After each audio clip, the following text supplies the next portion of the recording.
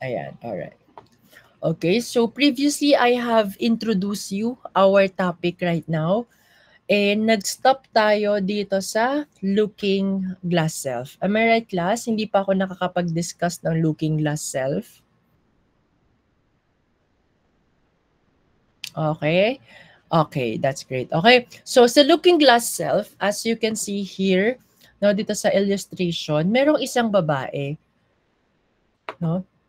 And meron siyang tatlong mirror, and sa bawat mirror, may iba't ibang reflection of herself, different version of herself. Okay, so that is actually the best illustration when we talk about the looking glass self ni Charles Horton Cooley, na iba-iba yung reflection na nakikita natin depende sa taong kinakausap natin. And etong mirror na to, class, yan ay mga tao. Okay, sa theory ni Charles Cooley, yung mga tao, they are the glass. Okay, so ibig sabihin magkakaiba yung ma-reflection natin depende sa tao na kausap natin. Let's say for example, magkaiba yung reflection natin kapag kausap natin yung best friend natin kaysa sa reflection na kapag kausap natin yung ating mga magulang. Or if you are talking to your professor, iba yung level, iba yung version of yourself na pinapakita mo. Kasi again, no, it depends on to whom we are interacting with. Okay, so let's put it more in a detail.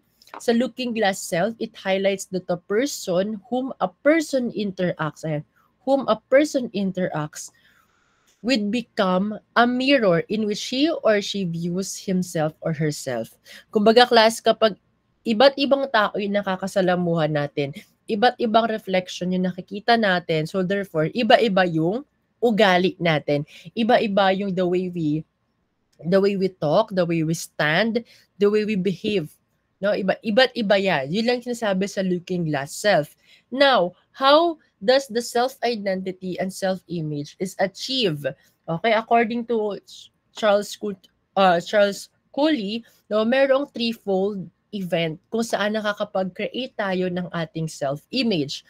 The first one is how a person present himself to others. So depending ito ay depende ito sa how you dress yourself, how you talk to other people, how professional the level of professionalism, how casual or informal you are talking with other people, how you present yourself, your confidence, okay, your assertiveness, your assertion to a specific words.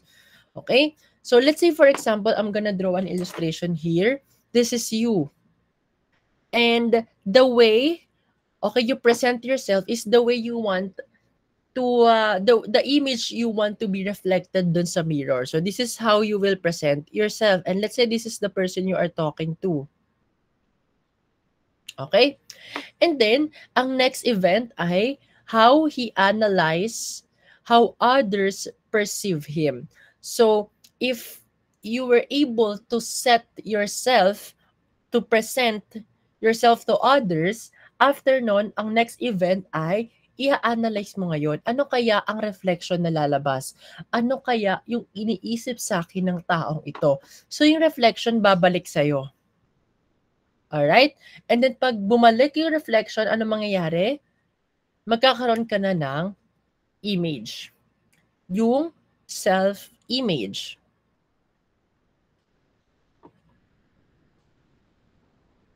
Alright?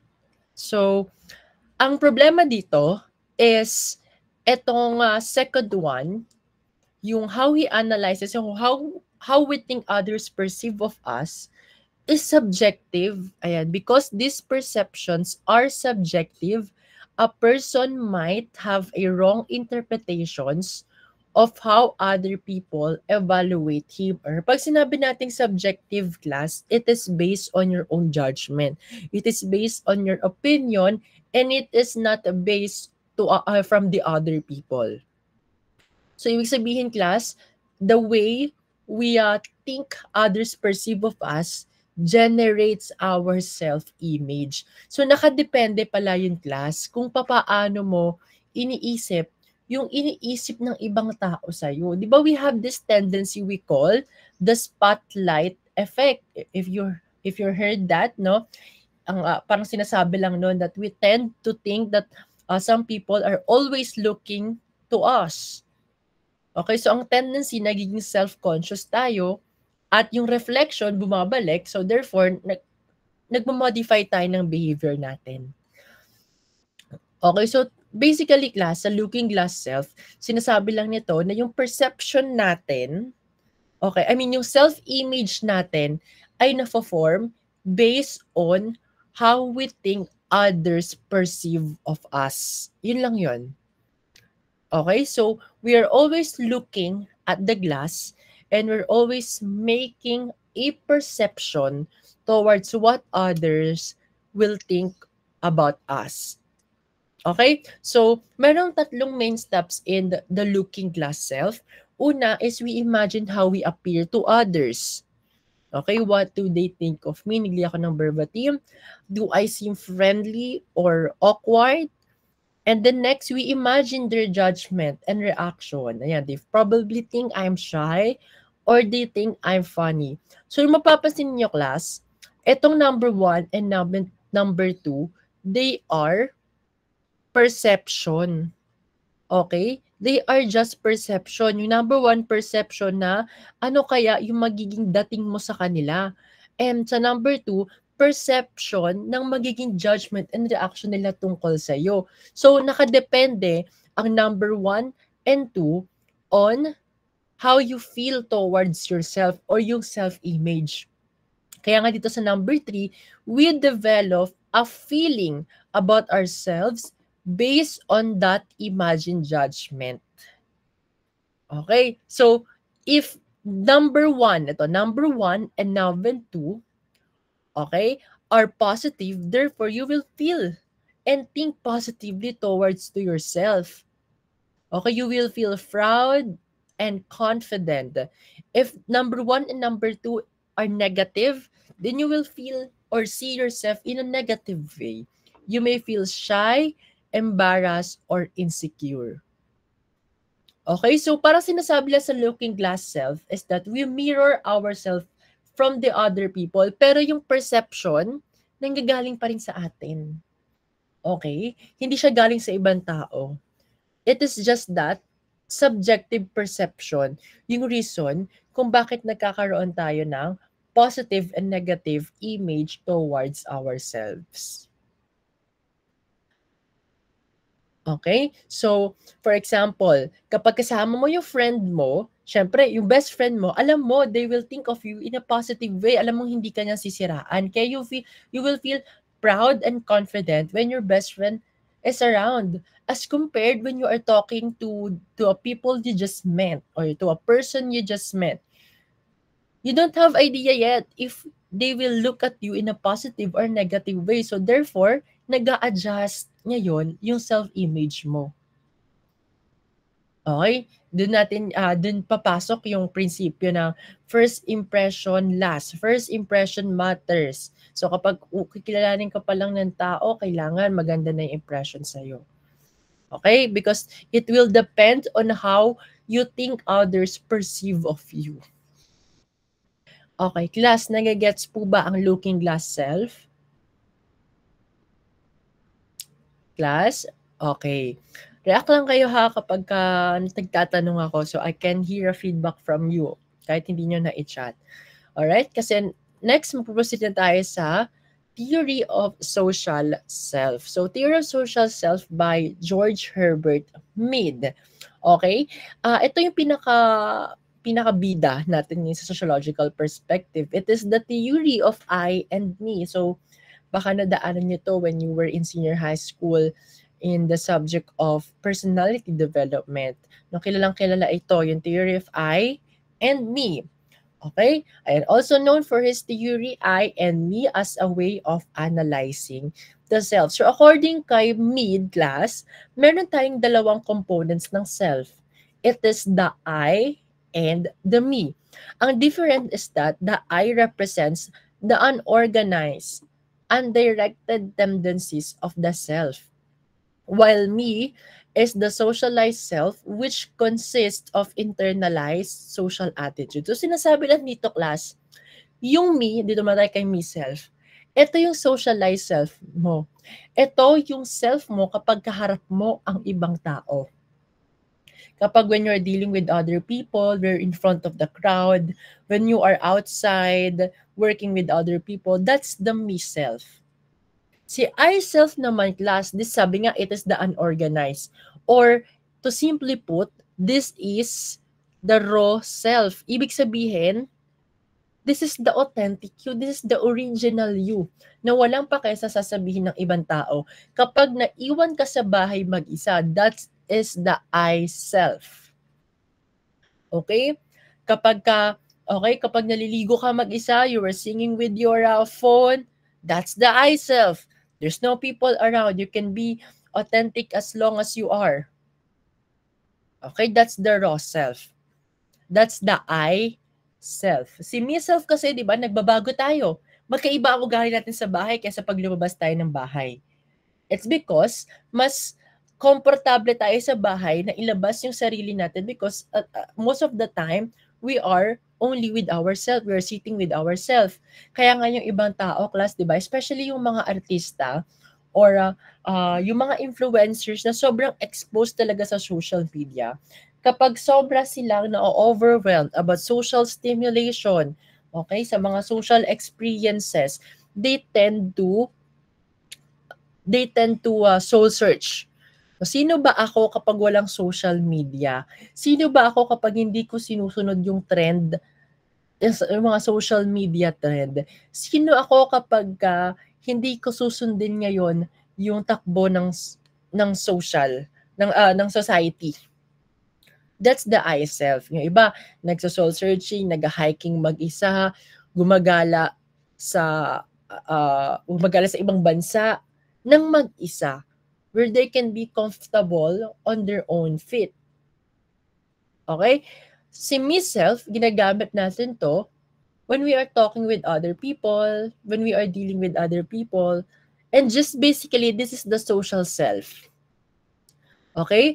Ngayon, ang goal natin dito sa third bullet is the full development of the self is attained when the I and me are united. Okay? So, hindi naman dapat i-antagonize natin si me self.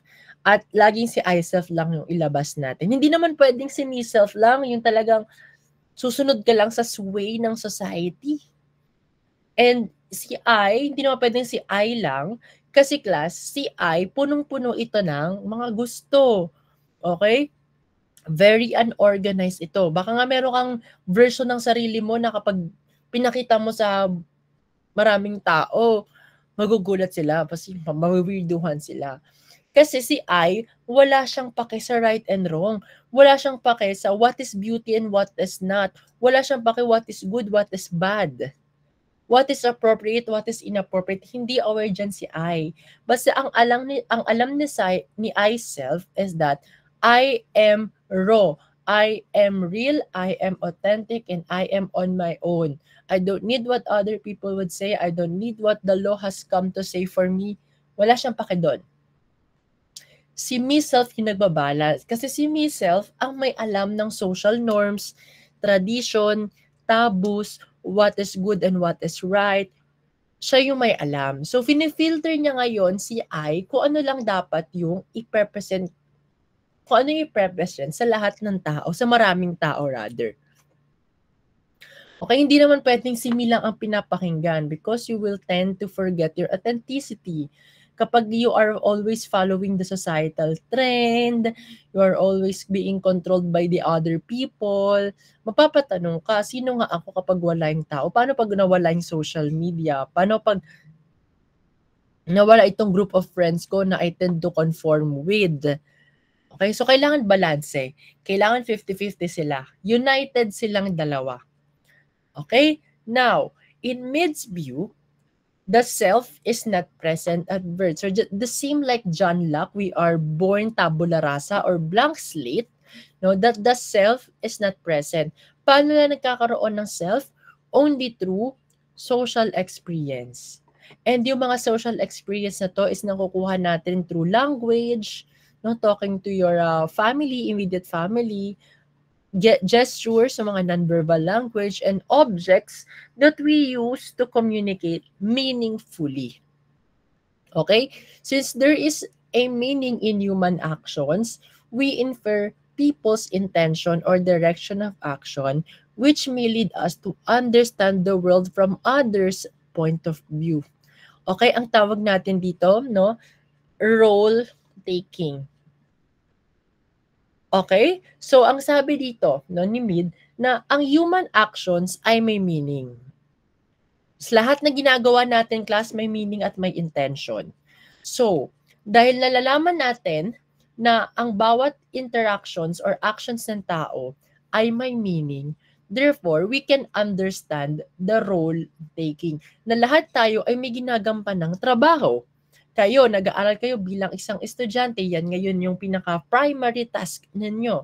Kung may mga working student dito, meron kayong trabaho, may intention kung bakit kayo nagtatrabaho. And the moment we realize that other people's role have a function, doon na tayo nagkakaroon ng role-taking. And kapag may role-taking, you can create your own roles and eventually you become a self-aware. Okay, so meron tayong stage process of self-development. Okay, dito kung paano nagke-create yung paano na-establish yung self natin from the role from imitation to role taking hanggang sa ma-establish si self. Okay? So according to Mead, merong preparatory stage. Ito, the children imitate. Okay, remember this word, the imitate. Imitate the people around them, especially family members with whom they have daily interaction. But they copy behavior without understanding underlying intention, and so at this stage, they have no sense of self. During this stage, the children are just preparing for role taking. So dito, class, ginagaya ng bata yung behavior ng mga tao na kapaligid sa kanya. At this age, 0 to 3, let's say the family members. Pag nakita si nanay na nagwawalis, for sure kinabukasan yung toddler, mag-a-attempt yan, kukuha ng walis, at magwawalis siya at the very best of his ability. Pero hindi nauunawaan ng bata kung bakit siya nagwawalis. Nagwawalis siya just to imitate. Hindi siya nagwawalis dahil gusto niyang matuwa sa kanya yung magulang niya. Hindi siya nagwawalis dahil gusto niya maging malinis yung buong bahay. Nagwawalis lang siya just to imitate. Wala nang iba. Kasi nga sabi dito sa preparatory, ayan, the copy behavior have no understanding about underlying intentions.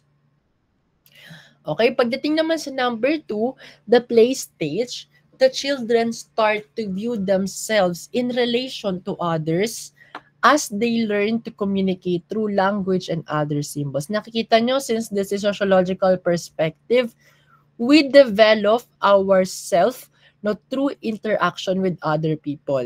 And interaction can be achieved through language and other symbols. Dito, class, sa number 2, the role-taking is exhibited. Okay? However, children do not perceive role-taking as something expected to them. The self emerges as children pretend, okay, ito naman yung clue word natin here, pretend to take the roles of a specific people or significant others. Those individuals who are important agents of socialization, in this stage, the self is developing. So dito, class, sa play stage, may role-taking na.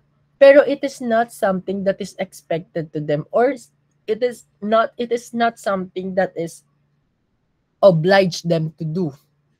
Okay? Nandito yung stage, class, na yung bata nagti-teacher-teacheran, nagdo-doktor-doktoran. They somewhat taking a role from specific people or significant others. Pwedeng they feel like they want to be a superhero. Powerpuff Girls daw siya. Okay, siya daw si Hulk, si Superman. May role-taking na. Pero it is not something that is obliged them to do. Nag-role taking lang sila because they want it for fun. Pero at least alam na nila kung paano kumuha ng role. Alam nila na kapag ganito yung doktor, gumagamot ng mga may sakit. Unlike during preparatory stage, they just copying the behavior without understanding the underlying intentions. Okay, so the moment na alam na ng bata na mag-role taking, ito na yung proof that the self is developing. And the final stage, this is the game stage, this is where the self is now present. Children understand not only their own social position, but also those of others around them. So, dito sa game stage, aware na siya na hindi lang na lahat ng tao ay merong role at may posisyon na ginagampanan. Okay? Kasi at this age, dito sa play stage, wala siyang paki sa role ng iba eh. Ang paki niya lang is yung role na gagampanan niya. Pero dito, naiintindihan niya na. And at this stage, children become concerned about and take into account in their behavior the generalized others, which refers to the attitudes, viewpoints, demands, and expectations of the society, which include cultural norms, values we use as references in evaluating others. So at this time, class, no, nakapag-internalize na sila ng values. Nakapag-internalize na sila ng morality. Alam nila ang tama at mali, alam nila yung dapat gawin at hindi dapat gawin. So naiintindihan na nila dito yung mga basic rules. Okay, 'di ba sa mga rule na ginagampanan natin, for sure may ethics 'yan, may rules, merong guidelines. So at this stage, alam na ng bata 'yon. Now, this time, they can have more sophisticated look of people and an ability to respond to numerous members of the social environment. Because of that, during this stage, the self is now present. So dito, they can understand not only their role, but also others people role. Okay? So class, nagigets po ba ang 3 stages process of self-development? Okay, wala pong clarification and question. Okay, so proceed tayo sa next. Okay, pag-uusapan natin of course is the self as a product of modern and postmodern societies. Pag sinabi nating modern and postmodern societies class, it is the present, the modern times, and the postmodern, yung mga susunod pang generation. Nowadays class, ang ating society ay hindi yung barangay natin. Okay? Somehow, sige, oo, they are our society. School is our society. The work that we are working with, yung company natin, they are part of our society. But dominantly class, our society nowadays is social media. Okay, mas active ka pa nga sa social media kaysa sa barangay nyo eh. Okay? Mas marami ka pang friends sa social media kaysa sa barangay nyo eh. Alright? So, I'm just telling here the point that we are dominantly spending our lives in social media. And ang tawag ko dyan ay virtual society, virtual community.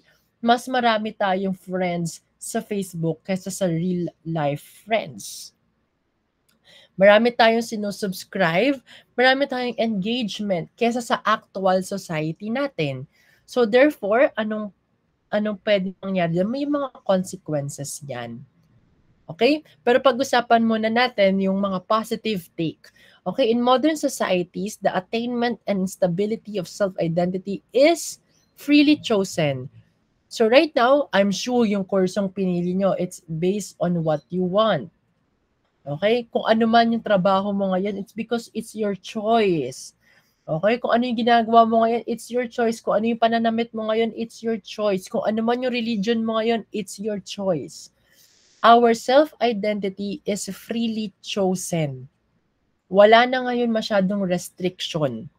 Okay? It is no longer restricted by customs and traditions, unlike before na ang society is very restricted, especially during Spanish colonizations. Ang mga babae dapat nasa bahay lang. They are inside their household, while men, they are allowed to study in universities to receive their diploma at makapagtrabaho. So, during those times, ang self-identity ay imposed. Kumbaga, kakapanganak mo pa lang dahil alam mong babae ka, meron ka ng patutunguhan. May self-identity ka na agad. It's because of the restriction of the society. Okay? Unlike today, no, you can be whoever you want to be. No? Kahit anong choice man, but for as long as you have all the means, pwedeng-pwede. But the problem here, class, is ito. While this newfound freedom offers infinite possibilities for self-cultivation, problems such as alienation and human dehumanization of the self also appear, which hinder the full development of human potentials. So because of this infinite possibilities, class, we tend to alienate ourselves kung sino ba talaga tayo. From what I said kanina, social media. Okay, today, young people have unlimited freedom to express themselves in social media. Pwedeng sa TikTok, Instagram, YouTube, Facebook, ano pa, yung X. Okay, formerly known as Twitter. They can explore their interests, they can share their talents, connect with other people worldwide, and even they can build their careers online. But the main problem here is, instead of authentic self-cultivation yung nagagawa nila, majority of them end up chasing likes, validations, and trends. And over time, they may feel alienated from their true self. Bakit? Because they compare themselves to others' perfect lives. Okay? So, we tend to chase for likes, validations, what is the current trend, okay? So you have all the freedom, you have all the means to express yourself, to look for your identity in the social media. But the problem here is sometimes people doing everything to chase validation. Mamaya discuss natin yung about the prestige. And sa dehumanization, sabi nabanggit dito, alienation and dehumanization of the self. We tend to dehumanize ourselves. In what way? When people begin to see themselves as products or brands rather than human beings with depth and uniqueness. Okay? Yung reduces the richness of human potential to numbers. Your self-identity is connected to the number of your followers, sa numbers na nag-view, sa numbers na nag-heart react ng story mo. You tend to dehumanize yourself. You're not a product. Okay, you're not a brand. No, you are human with the own depth and uniqueness. So you shouldn't connect yourself with the superficial symbols of the society. Okay, so connected with our discussion is yung next slide. We postmodern individuals achieve self-identity through prestige symbols that they consume. Pag sinabi nating prestige, 'di ba? The high statuses, the admiration, influence over people. So, because of this addicting level of the social media and how addicting it is to receive maraming heart reacts, maraming views, minsan nakakalimutan natin yung real purpose kung bakit ba tayo nasa social media. Is it because you want to gain heart reactions or you gain a validation from other people, or kaya ka na social media for entertainment, to express yourself, to store your memories, to connect with other people. But during at this time, or even in a postmodern, we tend to gain energy from this prestige symbol. So in return, anong nangyari? The cultural practices of advertising and mass media greatly influence individuals to consume goods not for their primary value, but to give them a feeling of goodness and power when compared with others. May trending na coffee shop, pupuntahan mo. Bakit mo pupuntahan? Dahil ba gusto mong ipagkalat sa iyong social media friends na napuntahan mo yung trending coffee shop? Or dahil you want to explore the coffee that they are offering and to know anong meron sa kape na yun kung bakit siya trending? Okay? Kasi yun naman talagang real value kung bakit ka pumunta doon. And we should not be controlled by these prestige symbols. Kasi anong mangyayari if we are still stuck in the loop? The self may be a never-ending search for prestige in the post-modern society. So again, as connected with the mid theory, the I and me, make sure that we are doing things as it is. No, we are we are consuming goods to enjoy their primary value and not because of we are after for the prestigious symbols. Bibili ka ng iPhone 17. Okay, hindi naman tayo against no sa mga nag-upgrade ng phone. It's just that know your intentions. Okay pa naman yung iPhone 16 mo, pero anong reason mo bakit ka mag-iPhone 17? Is it because you want to try the new updates ng iPhone, ng Apple, or you just simply want to get it, okay, to buy it for the prestige symbols attached to that phone? Okay, we should draw the line, okay, between those differences. Okay, so again, sinasabi lang dito sa negative consequences is that we tend to chase prestige from the superficial community or superficial society. Yung sinasabi ko na superficial community ay ang social media. And it is alarming because majority of our lives spending our time in social media. Even nasa jeep ka, nasa social media ka. Kapag wala kang ginagawa, nasa social media ka. Nasa LRT ka, nasa social media ka. So, we are spending majority of our lives in social media. Kaya ganun siya ka-impactful sa atin. And it's just that we have to be reminded that we should be the one controlling the social media and not the social media will control us. You know what, class? How addicting the social media is. They have this what we call the algorithm. And you don't even know that you are being controlled by social media through the use of algorithm. Example, TikTok.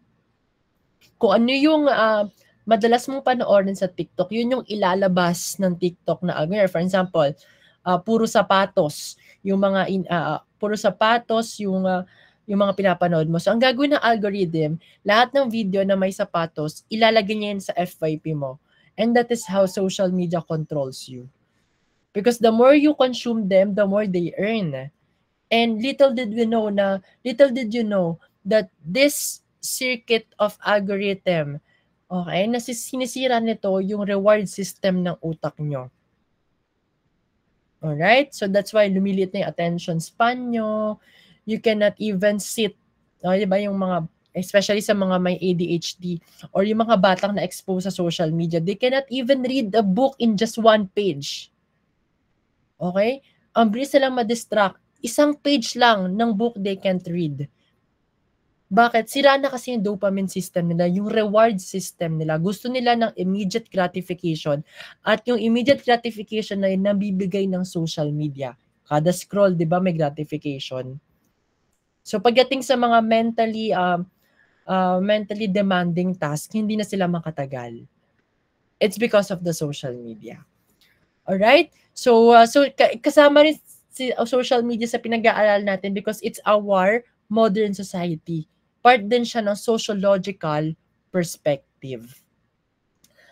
Okay? So far, class, ito ang last slide natin for sociological perspective. Malinaw po ba before we can proceed to the next topic? Alright. Okay, so class, meron kayong activity, the I versus me. By the way, class, no, pag nagsasubmit kayo, make sure it is in PDF. Kasi madalas nag-check ako ng submissions ninyo sa tablet. And sa tablet, hindi ko siya nabubuksan. Sa laptop, kaya ko siyang buksan. Pero hindi naman kasi ako nagla-laptop tuwing nag-check ng mga activities ninyo. So, please, in PDF. No, hindi JPEG, hindi link, PDF. May nag-raise ng concern sa akin na student may bayad daw ang pag-convert ng PDF. Try nyo yung I love PDF sa Google. Ayun, free lang yung pag-convert doon. Okay? Yung GDocs, okay lang yung GDocs, pero as much as possible, class, PDF, no? Please stick with the instructions. Yung iba, na-gradean ko ng mababa because they did not follow the instructions. Okay? So, dito tayo activity 2. No, you will describe a situation where your I wanted to do something pero si me nag-intervene because it reminds you about the social expectation or what others might think. So, dalawang paragraph to class, no? Deadmahin nyo to. Tatanggalin ko to sa instructions. Mag-describe ko ng situation. Real life situation class, yung talagang sa inyo, yung nangyari sa inyo. I am sure meron naman kayo yan. And the next paragraph, you will answer what would happen if you always listen to your I and what would happen if you always listened to your me. Okay? And I will give you 5 days class to accomplish this. Class had no extension. I am giving you 5 days and I believe that is enough for you to accomplish this one. Okay, huli na yung last time na may nag-request ng extension. Pero yung iba naman kasi late enrollee kaya pinagbigyan. Okay, but basta this time class, kapag hindi kayo nakaabot sa deadline, it means no submission at all. Okay? Sige, proceed tayo sa next topic natin.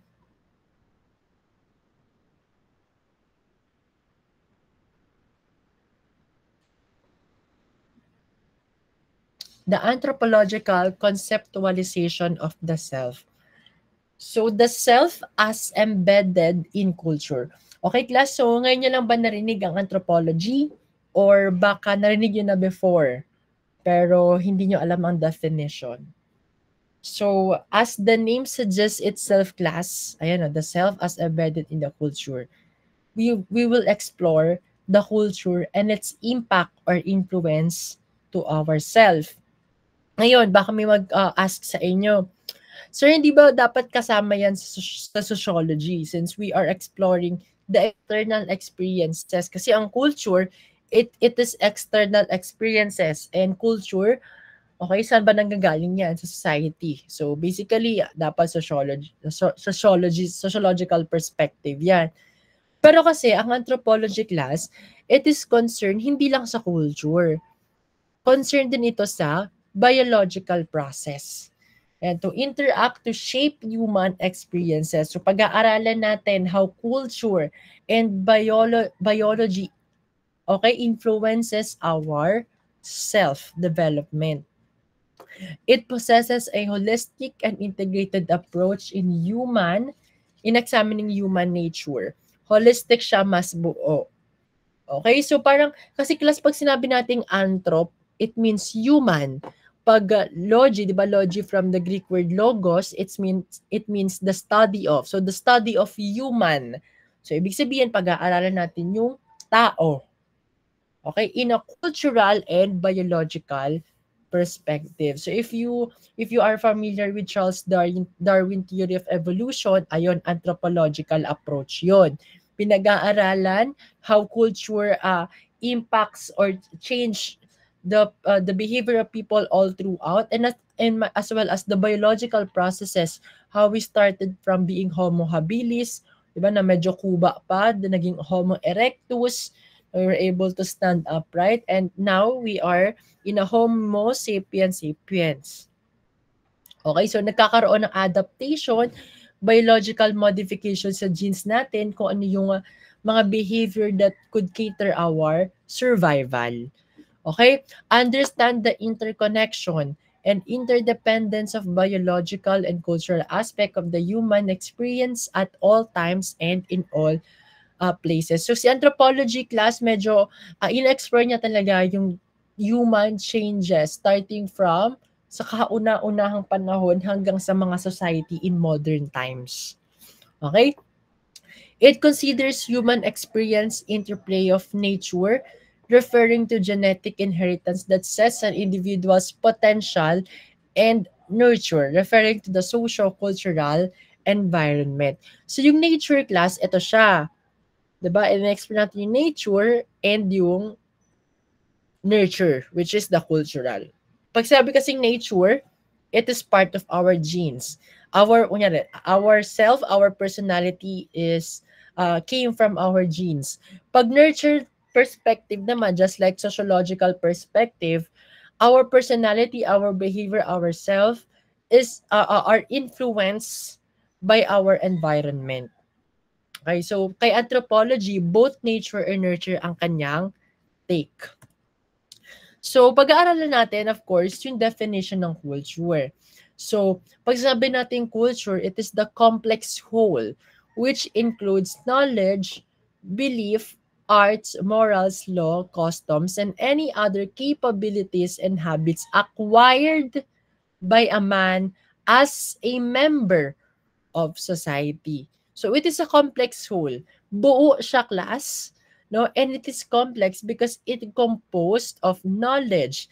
Lahat ng pinasang knowledge, whether it could be a tacit knowledge, wisdom, education, those are part of the culture.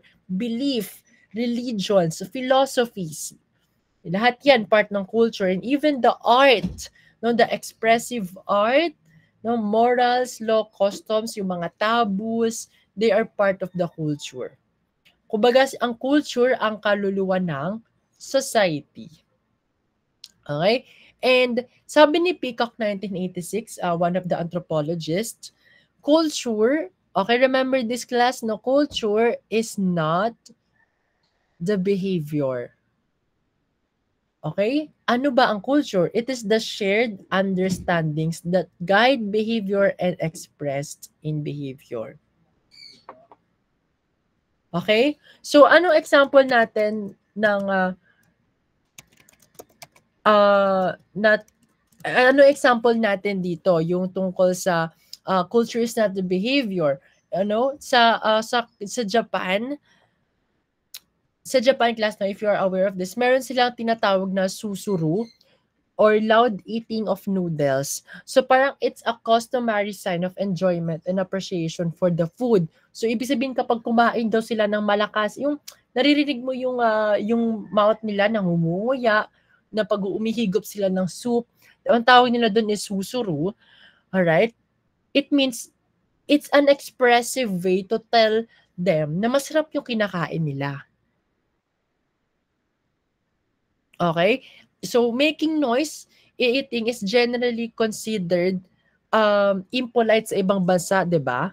So, sa Pilipinas, subukan mong gawin yan, kumain ka, tapos ngumuya ka ng malakas. Di ba? It is inappropriate and it is generally considered as impolite.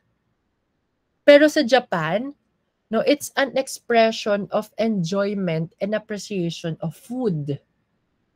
Okay, so yun yung proof, class, na the culture is not the behavior, it's the shared understanding. Maaring same yung behavior pero sa iba't ibang society, hindi same ng understanding. Okay? So ang problema natin sa anthropology class is yung third bullet. Only small number of anthropologists tackle the concept of self. In effect, the self is one of the most taken for granted products of culture. No, kasi nakafocus sila class dito sa ethnic identity. Nakafocus sila sa kung ano yung similarity ng bawat ethnic groups and kung paano nagkaroon similarity based on the interplaying process of the culture and biology. Sobrang lawak kasi ng anthropology class. So parang sinabi nila ni anthropology na if you want to explore the individualized concept of self, how the self is emerged from the culture and society, hayaan mo na si sociology at psychology ang gumawa niyan.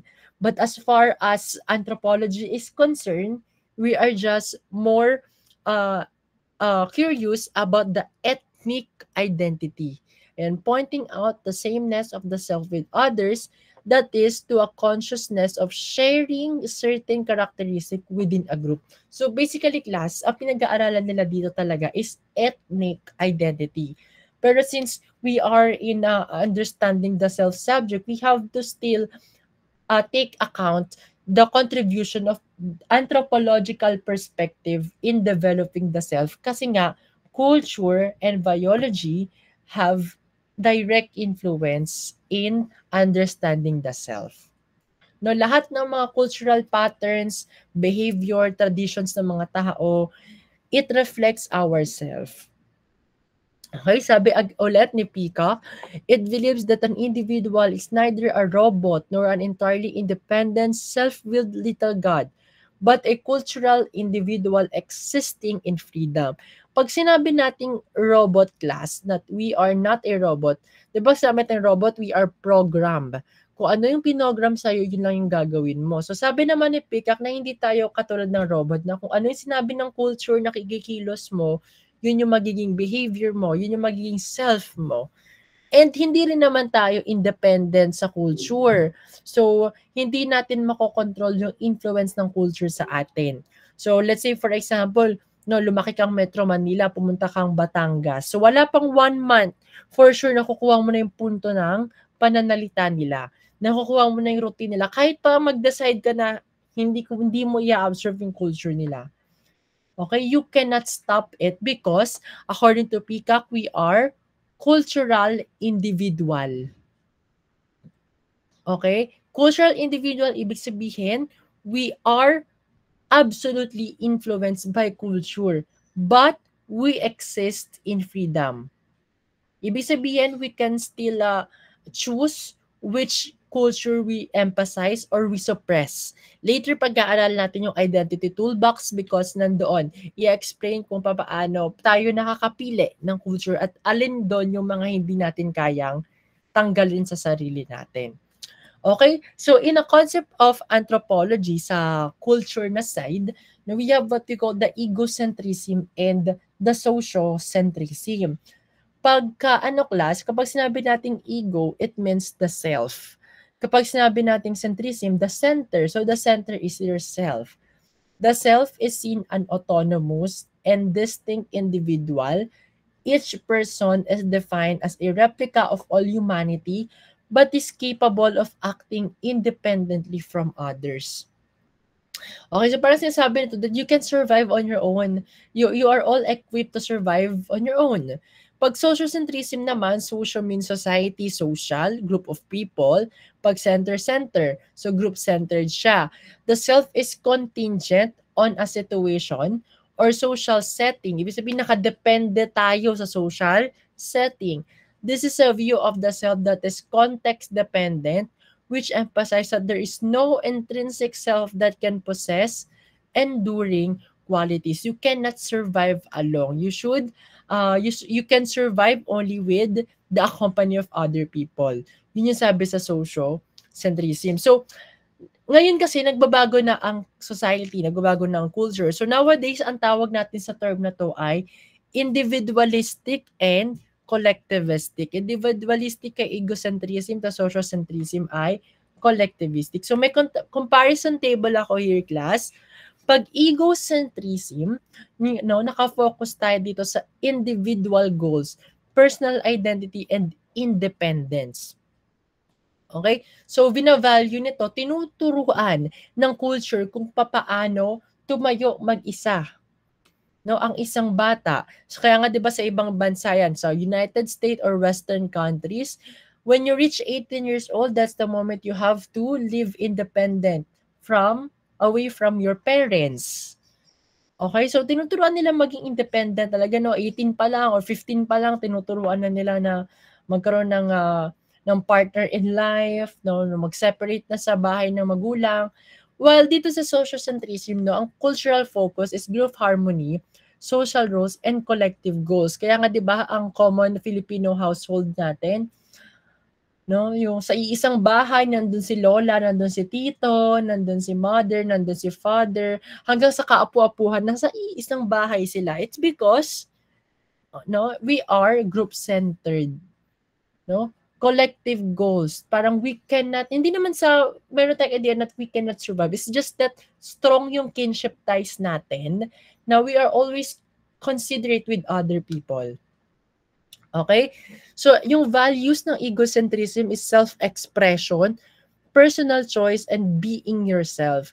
While sa group-centered naman, social cohesion, and mahalaga ang social cohesion. Ibig sabihin, yung sameness, connectedness, one decision ng isang family or ng isang group of people.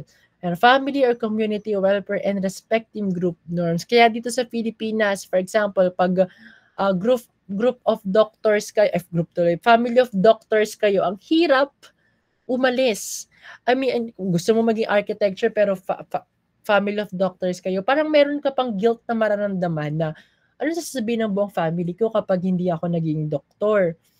Alright? So parang, kasi nga, again, we are valuing the social cohesion or respecting the group norms. Sa ibang bansa, go lang. For as long as kaya ka buhay niyan, you can choose your own path.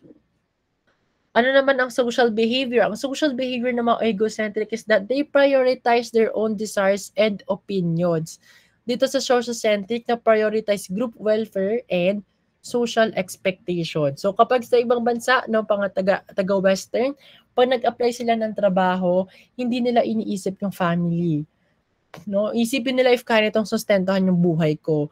Pero dito sa Pilipinas or mga sociocentric country, lagi nang iisip, kaya ba nitong sustentuhan yung pamilya ko? Because again, we are always inconsiderate with our family, with a group of people. Collectivistic tayo.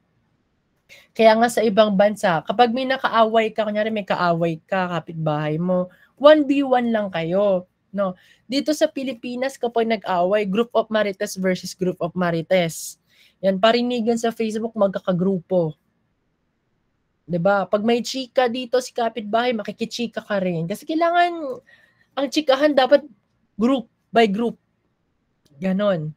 Okay, 'di ba? May nakita pa ako sa TikTok, yung may mga mima-mimahan sila. May mga grupo sila. Pag inaway mo yung nakshi ko, aawain ko rin mga nakshi mo. Mga ganun silang, it's just because Filipino being collectivistic. Okay?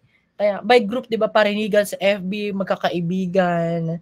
Kahit isa lang naman dun yung kaaway, naging kaaway na rin ng lahat. And because of our collectivistic cultures. Okay, gets po ba, class, ang egocentrism at sociocentrism? Okay. Proceed tayo. Okay, ito na yung identity toolbox. O pag sinabi natin identity toolbox, it refers to the person's identity. So parang ano to, class? It composed of your identity. Para siyang toolbox literal. Pag binuksan mo yung identity toolbox, nandun yung mga tools mo for social interaction. Whether it could be religion, the way you dress, your language. Para siyang toolbox talaga. No? And ang sabi dito, he or he chooses to emphasize in constructing social self. Diba? Sabi kanina ni Peacock that we are a cultural individual, no, with freedom. Okay, so ito na yung identity toolbox. So, some characteristics such as kinship, gender, age, ayan, and even the language. And religious affiliation is an important marker of group identity. Lalo na sa atin, no, sa Mindanao, di ba, majority of the people from Mindanao are Islam. No? Basta pag nabasa niya ang identity toolbox, class, automatic anthropology yan. No, kasi pag-aaralan nila dyan yung culture and yung identity ng ethnic. Okay, so ito example ng mga identity tools natin. So pag, let's say may virtual identity tools kayo and pag binuksan nyo yan, ito yung makikita. Yan yung mga tools natin, class. So may tools tayo for language. Anong language ang kaya mong, ano yung mga language na pinili mong aralin? Ano yung clothing and style mo? Nakahijab ka ba? Business suit or streetwear? Body modifications. Yeah. Rituals and practices, symbols, and social roles. No. So, di ba sabi ni Peacock that we are cultural individual kasi hindi mo naman kaya tong tanggalin. No, hindi pwedeng masiro ang isa sa mga tools niyan. Hindi ka pwedeng zero sa language. Hindi ka pwedeng zero sa social rules. No, lahat yan part of your being, your cultural self. Okay? It's just that sabi, di ba, we are cultural individual with freedom. So you have the freedom to choose what tools are you going to use. Yung clothing style mo, although you are Filipino, Asian, pwede mong gayahin yung clothing style ng mga taga-Western. It's up to you. Okay? It's just that you cannot just abstain yourself from these identity tools. Okay? So, itong toolbox class, it is culturally shaped. No, culturally shaped by different societies, no? So iba-iba 'yan. Lalo na sa atin, no, influence na nga tayo ng mga iba't ibang culture. So magkakaiba ng identity tools natin. Individuals choose and combine them in unique ways para makapag-construct ng sense of self. Ngayon, example natin, maaring yung isang estudyante, okay, Filipino student, so nagsusuot ng school uniform. So yung school uniform niya, it is a tool. Identity tool niya yon sa education, sa school. Okay? And then, nakakapagsalita siya ng Taglish. Taglish ang language niya, okay? Combination ng English at Tagalog. So yun yung tool niya for linguistic environment. Oh, let's say, nagti-TikTok dances siya. So, yun yung magiging tool niya from the digital culture. Okay, so yun yung mga identity toolbox. Next, ito, personal naming. It's a universal practice with numerous cross-cultural variation, establishes a child's birthright and social identity. So, di ba, hindi ka pa nga pinapanganak, minsan may pangalan ka na. Because it's your child's birthright and it could serve as your social identity. And name, it is intimate markers of a person. Ibig sabihin ng intimate, it is something that is very close to you, personal, iyong-iyo yung pangalan na yan. Although may kasame ka na pangalan, but at least, no, that is how people address you. Masasabi mo, oo nga, ako to. Okay? And name as an important device to individualize a person and legitimize him or her as a member of social group. So imagine a group of people walang name. How would you able to individualize them? Paano mo tatawagin? Okay, so name is used, it's a device used to individualize a person. Okay, so once identity is not inborn, it is something people continuously develop in life. This is synonymous with your activity class, di ba? May mga naririnig ako that identity is a continuous growth, it's a process, identity is a journey and not a destination. Yung mga ganun kayong sagot. And according to anthropological perspective, that is true. No, and they believe that changes in one's status, panagpalit ng one's status, no, or identity, they are marked with, ayan, three-phase rite of passage. The separation, liminality, and incorporation. So may example ako dito mamaya, but define muna natin. Pag sinabi nating separation phase class, it is the individual is symbolically or physically detached from their previous status or identity. This phase involves cutting away from the old self or previous social position. So during this time class, aware ka na magbabago na yung status mo. Let's say graduation, di ba nga kanina yung graduation, example ko later graduation. No, magkakaroon ka ng transition from being a student to, let's say, to official graduate ka na. Okay na, official graduate ka na. So, ito yan. For example, separation. College graduation. The graduate physically separates from regular school life, often marked by leaving classes for the last time. Or wearing a cap and gown or a toga. They symbolically leave the status of a regular student behind. So dito, aware ka na magkakaroon na ng changes in your status from being a student to fully recognized as graduates. So sa liminal or transitional phase naman, ito yung transition period. Ayan yung there is ambiguous stage where the individual is in between statuses. The person has left their old role but not yet entered the new one. Iniwan niya na yung dati niyang role, yung being a student, pero hindi pa siya nakakapunta sa bagong role niya, which is yung fully recognized. Kasi nasa incorporation phase yun. They are in a threshold state. It often involves learning, testing, ritual activities, marking this transformation. So at this moment, ayan, the graduates are in transitional state. Okay, not quite students anymore, but not fully recognized graduates. Pa kasi nga magkakaroon pa ng, ito yung mga graduating, yung grad waiting.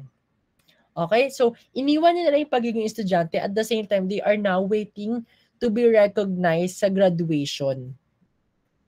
No, ngayon, during graduation, okay, dito na mangyari ang incorporation.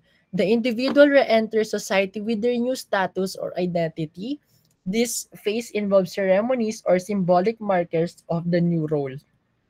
Ayan, nagkaroon na ng graduation, and they can proceed to the next phase of their lives. They are now incorporated into the community of graduates and adults with new social roles and responsibilities.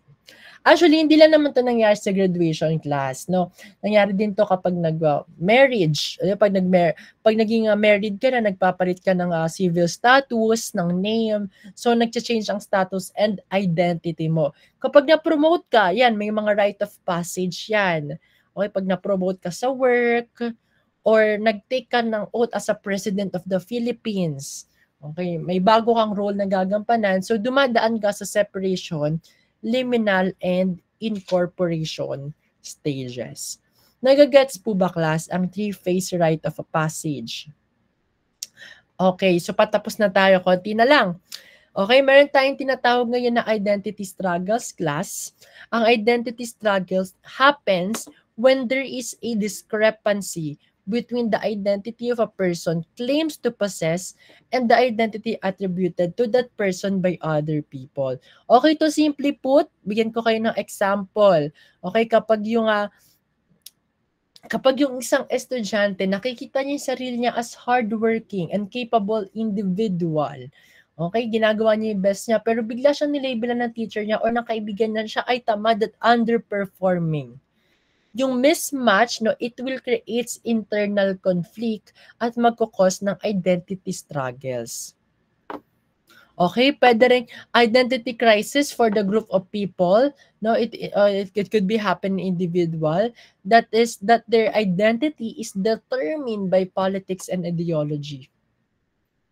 Okay, so let's say nagkaroon ng so yan sa isang country, nagkaroon ng bagong presidente and pinalitan yung status ng kanilang government, no? So from a democratic country, pinalitan niya. So in that way, magkakaroon ng identity crisis, no? Or let's say nagkaroon siya ng panibagong batas na maaaring kontra sa dati nilang batas. So magkakaroon ng confusion between what is right and what is wrong. Okay? So what is fair and what is unfair, what is fair and what is good. Okay? Magkakaroon ng confusion. Okay, yun yung nating identity struggles. Now, to gain self-identification or to attain self-identification, individuals have to overcome many obstacles, such as traditionally established habits and externally imposed self-image. So, example natin here, class, no?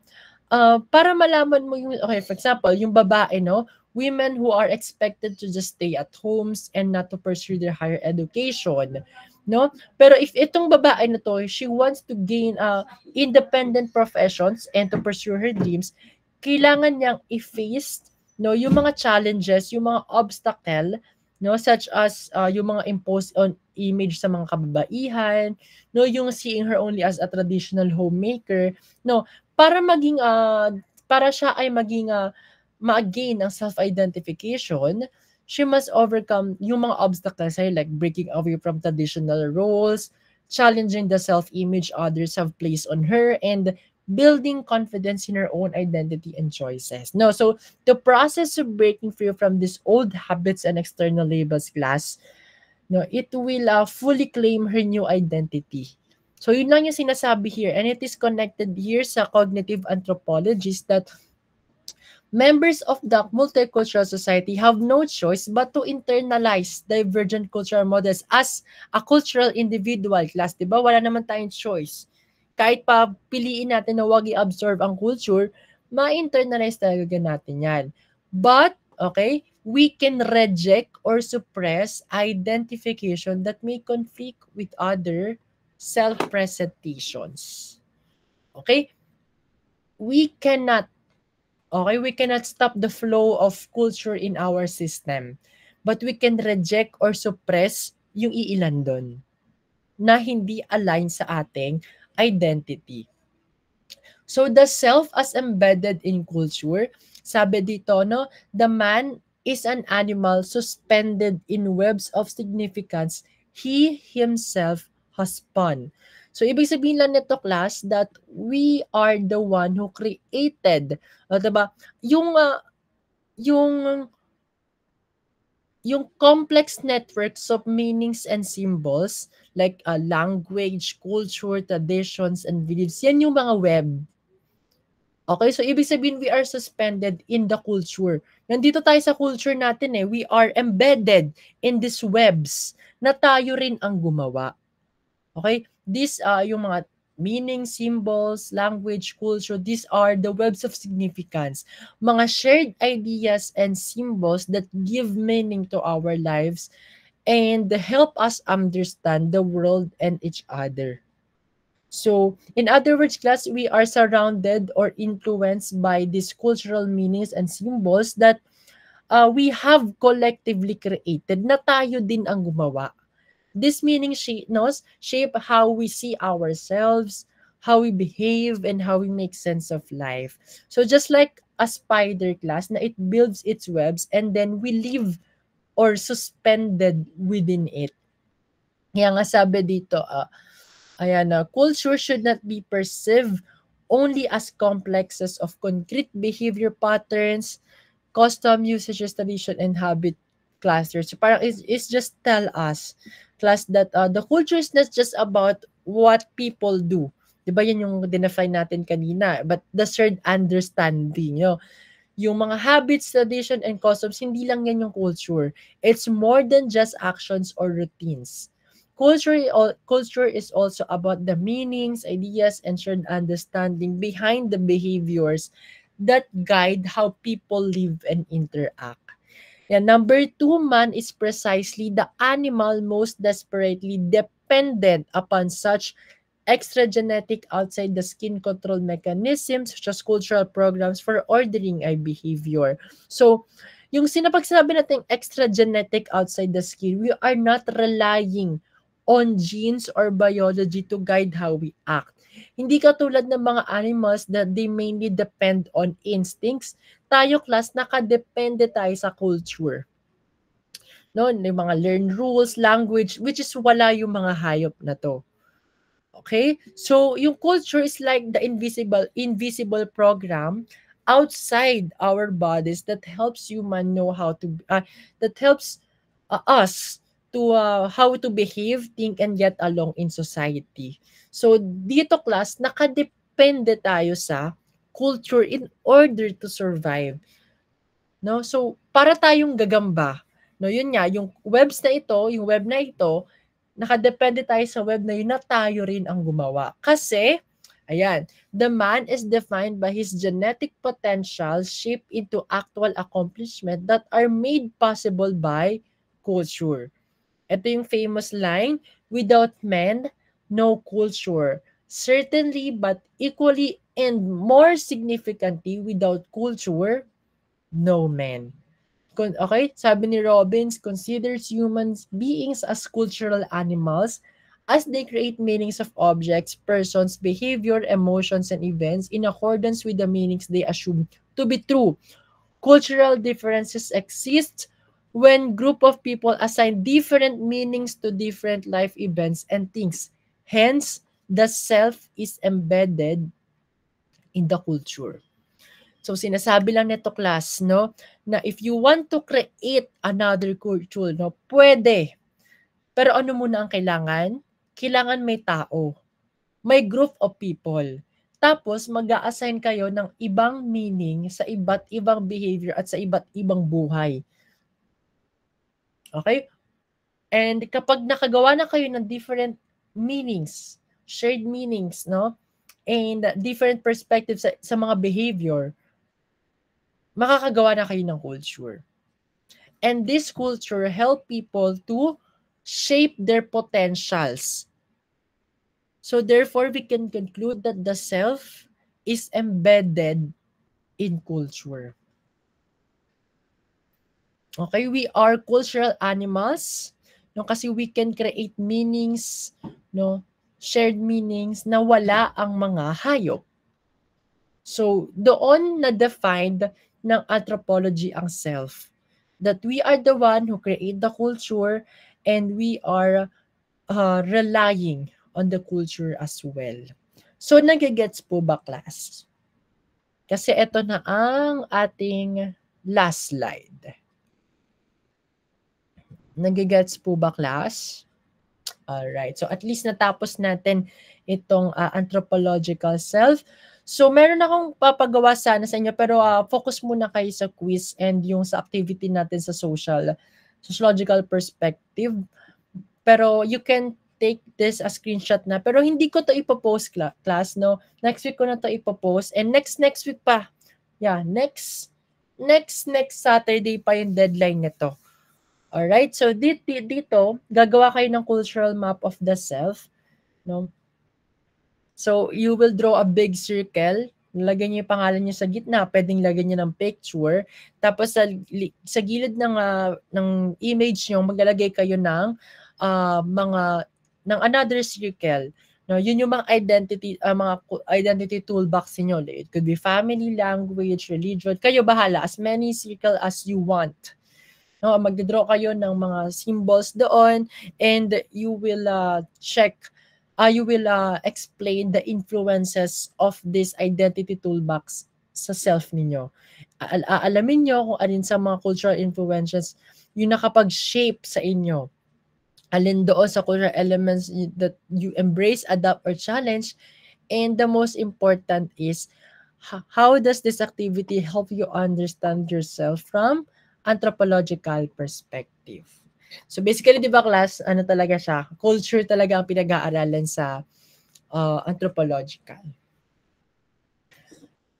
So malinaw po ba, class, ang next week? Okay, nasabi ko na magkakaroon tayo ng quiz. Ang coverage ay chapter 1 lang po at chapter 2. Ang chapter 1 po natin, philosophical perspective. Chapter 2, sociological perspective. Hindi na natin isasama muna itong si anthropological. Okay, ang quiz po natin ay 35 items through Google Form online at kailangan nandito kayo sa Google Meet class. No? Kailangan naka-login kayo while taking the test. Hindi ako mag-require naman ng on-cam. You just have to be here for the attendance. Otherwise, kapag wala kayo while taking the test, makikita ko yung class, I will invalidate your score. Okay? If hindi kayo makakapag-take next week, you can schedule a special quiz sa akin, pero face-to-face na. Okay, lahat ng special quiz ko, class, even major exams, face-to-face lahat. Okay? So, wala na po bang question? Wala nang clarification regarding sa our topic, identity toolbox, identity struggles, yung mga theories, social self, wala na. Looking glass self, wala na po. Okay. So, class, if malinaw na ang lahat, that will be the end of our synchronous class. Thank you for listening.